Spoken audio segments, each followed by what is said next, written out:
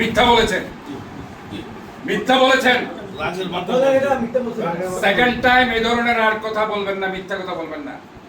আমি মেয়র, এখন আমি নগর সেবক হিসেবে বলতেছি না, আমি এখন মেয়র হিসেবে বলছি। This is my last warning to you. কোন ধরনের এই ধরনের মিথ্যা অপবাদ শুধু আমার না, কারণ আমি না জেনে দিবেন না। আপনি যদি দেন, you have to punish accordingly. Next আপনারা এখন বলুন।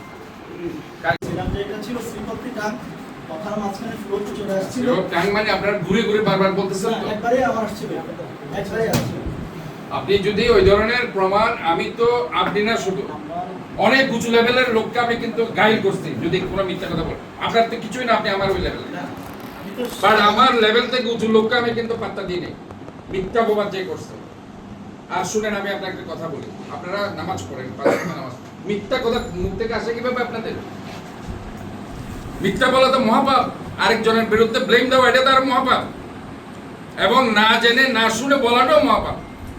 আপনার কাছে যদি কোনো অথেন্টিক জ্ঞান না থাকে, আরেকজনের বিরুদ্ধে মিথ্যা অপবাদ দেওয়া, এটার চাইতে জঘন্যতম অপরাধ আর কিছু নেই। আপনি তো ওপেন একটা মিডিয়ার সামনে, সোশ্যাল মিডিয়াতে এসে আপনি যখন বলছেন, এটা তো শুধুমাত্র আপনার এখানে সীমাবদ্ধ না, সারা ওয়ার্ল্ডে এই কথাটা চলে। আমাকে অনেকে প্রশ্ন করছে, এটা জানেন? কারণ আমার এই ব্যাপারে কেউ এখন অপবাদ দিতে পারবে না ইনশাল্লাহ। আমি যেখানে বন্দরের সাথে কোনো স্যাক্রিফাইস করতে, আপনি জানেন বন্দরে কালকে ব্যবসা করলে আমি মিনিমাম 10-20 কোটি টাকা মাল দিয়ে আমি লাভ করতে পারি। সে জায়গায় আমি আমার কর্পোরেশনের ট্যাক্স নেওয়ার জন্য 264 আমি ফাইট করতেছি, অন্য মেয়ররা কম্প্রোমাইজ করছে না, আমি সেই জায়গায় হোল্ডিং ট্যাক্সের জন্য আমি ফাইট করতেছি না। কাদের জন্য? আপনাদের জন্য, জনগণের জন্য, যে এই টাকাগুলো আমি রাস্তাঘাট জন্য খরচ করব, শিক্ষা স্বাস্থ্য খাতে খরচ করব। কোনো জায়গায় রাস্তা না থাকলে রাস্তাটা আমি করে দিব, এই জন্যই তো। না এই টাকা কর্পোরেশনের জন্য আমি আনবো কেন? আমি তো চাইলে আমি নিজের সুবিধা নিতে পারতাম, আমি তো নিচ্ছি না। আপনার এখানে 10 লাখ 5 লাখ, যেখানে 10-20 কোটি টাকার লোভ আমি করছি না, সেখানে আপনি এই ধরনের কেন পথ দিলেন?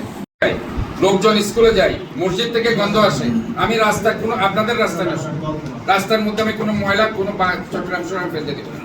আমার সুনির্দিষ্ট ডাস্টবিন আছে, ডাস্টবিনে ফেলবে, এবং সিটি কর্পোরেশন যেখানে যেখানে অ্যালোকেটেড করা হয়েছে সেখানে আছে। আপনারা আপনাদের সোসাইটি যেভাবে চালাচ্ছেন, আমি কোনো মাথা কামাচ্ছি না। আপনাদের সোসাইটি আপনারা চালান, এখানে কোনো কেউ মাথা কামাবে না, কিন্তু কোনো সন্ত্রাসীদের এখানে আপনারা আশ্রয় দেবেন। সন্ত্রাসীদের যদি আমরা দেখে যে আশ্রয় দিচ্ছেন, আমরা কিন্তু অন্য দেখবেন যে আপনারা সব মামলাতে পড়ে যাবেন। কোনো একটা ইনসিডেন্ট হইলে ওই সন্ত্রাসীর কারণে সবাই মামলার আসামি হয়ে যাবেন, আমি বলে দেব। এই জন্য কোনো সন্ত্রাসীকে আপনারা আশ্রয় দেবেন। আমি এখানে খবর পাচ্ছি যে এখানে অনেক সন্ত্রাসী গুনগুন করতেছে।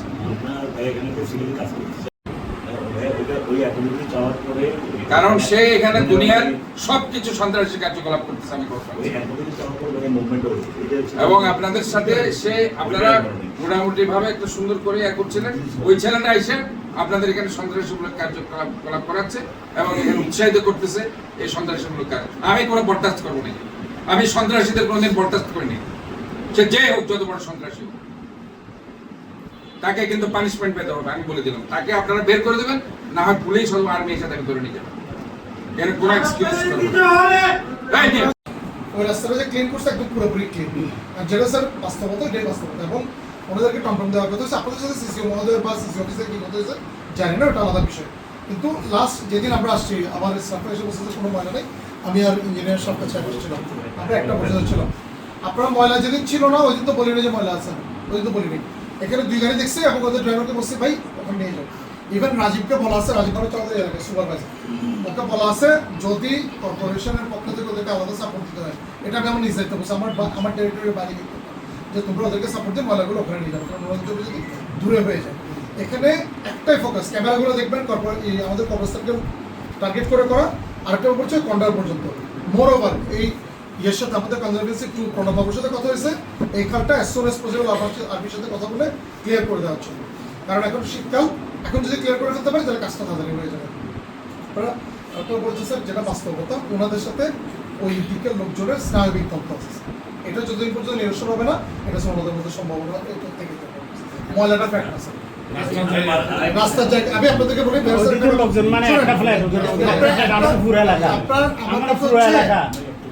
শুনেন সাহেব, ওনার রসিদ দেবো কিন্তু ওনার অফিসে কেন্দ্র না অবশ্যই আমরা স্যার ওই সরল ভাই ফোন দিব আমি আবারও বলতেছি শুনেন, আমি কিন্তু এই ব্যাপারে আমি ছাড় দিব না। আপনি বলেন যে হ্যাঁ আমি আসলে এটা এমনি বলছি, এটা আমার জন্য মাপছে, এটা একটা জিনিস আপনি বলে ফেলছেন। কিন্তু আপনি যদি এইটার উপর স্ট্যান্ড থাকেন, না ভাই আমি তো বলে ফেলছি সাথে সাথে আপনি যদি এটার উপর স্ট্যান্ড থাকেন, you must have to prove. I'm not That is very important issue. I'm just explaining. কারণ এটা আমার এটা এলাকা, এটা আমি ছোটকাল থেকে বড় হয়েছে যেখানে হ্যাঁ, আমি বলে বড় হয়েছে, কিন্তু আমার এখানে আমার নিজের এলাকা এটা। আমি বলি তাহলে আমার